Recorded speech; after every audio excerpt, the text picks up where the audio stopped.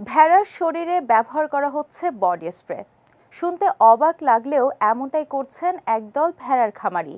তবে এই স্প্রে ভেড়ার গায়ের দুর্গন্ধ দূর করতে ব্যবহার করা হয় না।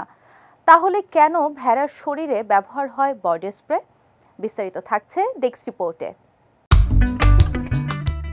শরীরে ঘামের দুর্গন্ধ দূর করতে বডি স্প্রে বেশ জনপ্রিয় একটি প্রসাধনী।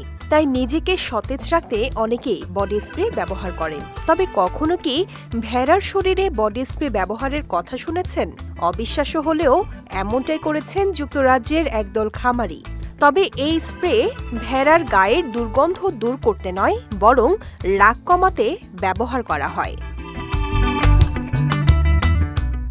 ঘটনাটি ইংল্যান্ডের নরফোক সাফোক সীমান্তের। সেখানকার ভেড়ার খামারিদের দাবি, ভেড়াদের রাগ কমানোর একটি আশ্চর্যজনক সমাধান খুঁজে পেয়েছেন তারা, আর তা হল বডি স্প্রে। স্যাম ব্রাইস নামের এক খামারি বলেন, আফ্রিকায় একটি বডি স্প্রে ব্যবহৃত হয়।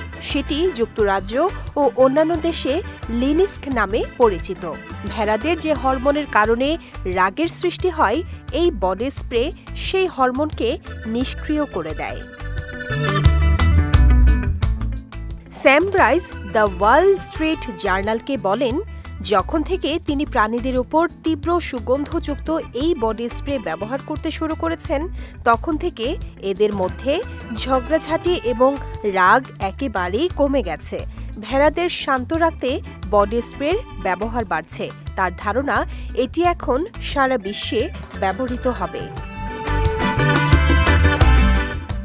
সাধারণত মা ভেড়াগুলো গায়ের ঘ্রাণ দিয়ে তাদের সন্তানদের চেনে।